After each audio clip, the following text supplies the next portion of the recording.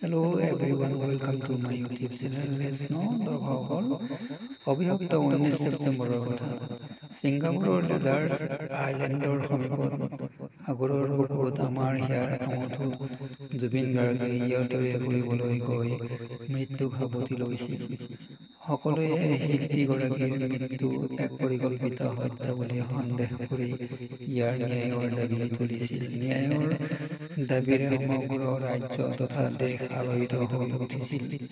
দৰ্শকসকল ইতিমধ্যে Singapore police ফৰ্চে তাৎক্ষণিকভাৱে ইয়াৰ তদন্ত আৰম্ভ কৰিছিল। দৰ্শকসকল জুবিন গাৰ্গৰ মৃত্যুৰ ঘটনাটো এক কৰোনাৰ কেছ হিচাপে গণ্য কৰি ছিংগাপুৰ পুলিচ ফৰ্চে তদন্ত আগবঢ়াই নিছিল। সাধাৰণতে যেতিয়া কোনো ব্যক্তিৰ আকস্মিক অস্বাভাৱিক বা অজ্ঞাত কাৰণত মৃত্যু ঘটে বা মৃত্যুৰ পৰিৱেশ ভালদৰে জ্ঞাত নহয়, তেনে ক্ষেত্ৰত সেই মৃত্যুৰ কৰোনাৰ ইনকুইৰি কৰা হয়।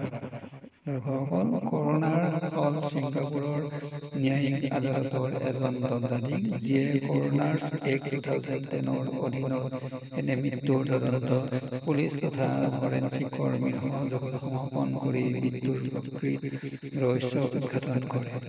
দৰ্শকসকল ছিংগাপুৰ পুলিচ ফৰ্চে জুবিন গাৰ্গৰ মৃত্যুৰ প্ৰাথমিক তদন্ত সমাপন কৰি ৰাজ্যিক কৰোনা ৰোগ ইয়াৰ প্ৰতিবেদন দাখিল কৰিব। বৰ্তমান আদমছ নাহদা ষ্টেট কৰোনাৰ কাৰ্যনিৰ্বাহ কৰি আছে।